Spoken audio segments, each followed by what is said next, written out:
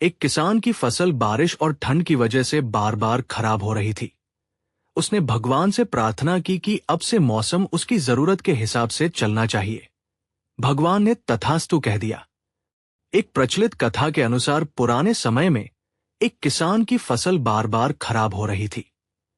कभी तेज बारिश की वजह से, कभी तेज धूप की वजह से, कभी ठंड की वजह से उसकी फसल पनप नहीं पा रही थी। एक दिन इससे दुखी होकर किसान भगवान पर नाराज हो गया। वह भगवान को लगातार कोस रहा था।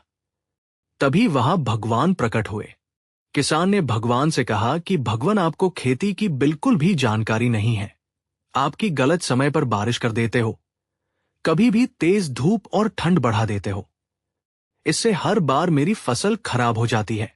आप मेरी अगली फसल तक मेरे अनुसार मौसम कर दीजिए। जैसा मैं चाहूं वैसा ही मौसम रहे। ये बातें सुनकर भगवान ने कहा कि ठीक, अब से ऐसा ही होगा। ये बोलकर वे अंतर्ध्यान हो गए। अगले दिन से किसान ने फिर से गेहूं की खेती शुरू कर दी।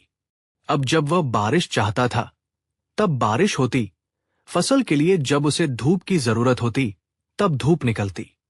इस तरह उसकी इच्छा के अनुसार मौसम चल रहा था। धीरे धीरे उसकी फसल तैयार हो गई।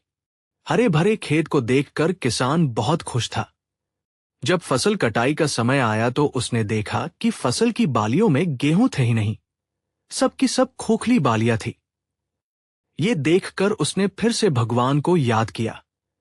भगवान प्रकट हुए तो इसकी वजह पूछी।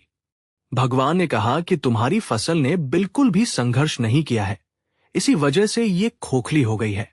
जब फसलें तेज बारिश में, तेज हवा में खुद को बचाए रखने का संघर्ष करती है, तेज धूप से लड़ती है, तभी उसमें दाने बनने की प्रक्रिया शुरू होती है। जिस तरह सोने को चमकने के लिए आग में तपना पड़ता है, ठीक उसी तरह फसलों के लिए भी संघर्ष जरूरी होता है। ये बात किसान को समझ आ गई और उसे अपनी भूल का एहसास हो गया। कथा की सीख। इस कथा की सीख ये है कि जब तक हमारे जीवन में बाधाएं नहीं आती है, तब तक हमारी प्रतिभा में निखार नहीं आता है। बाधाएं ही हमें साहसी बनाती है। परेशानियों की वजह से ही हमारा सही विकास होता है।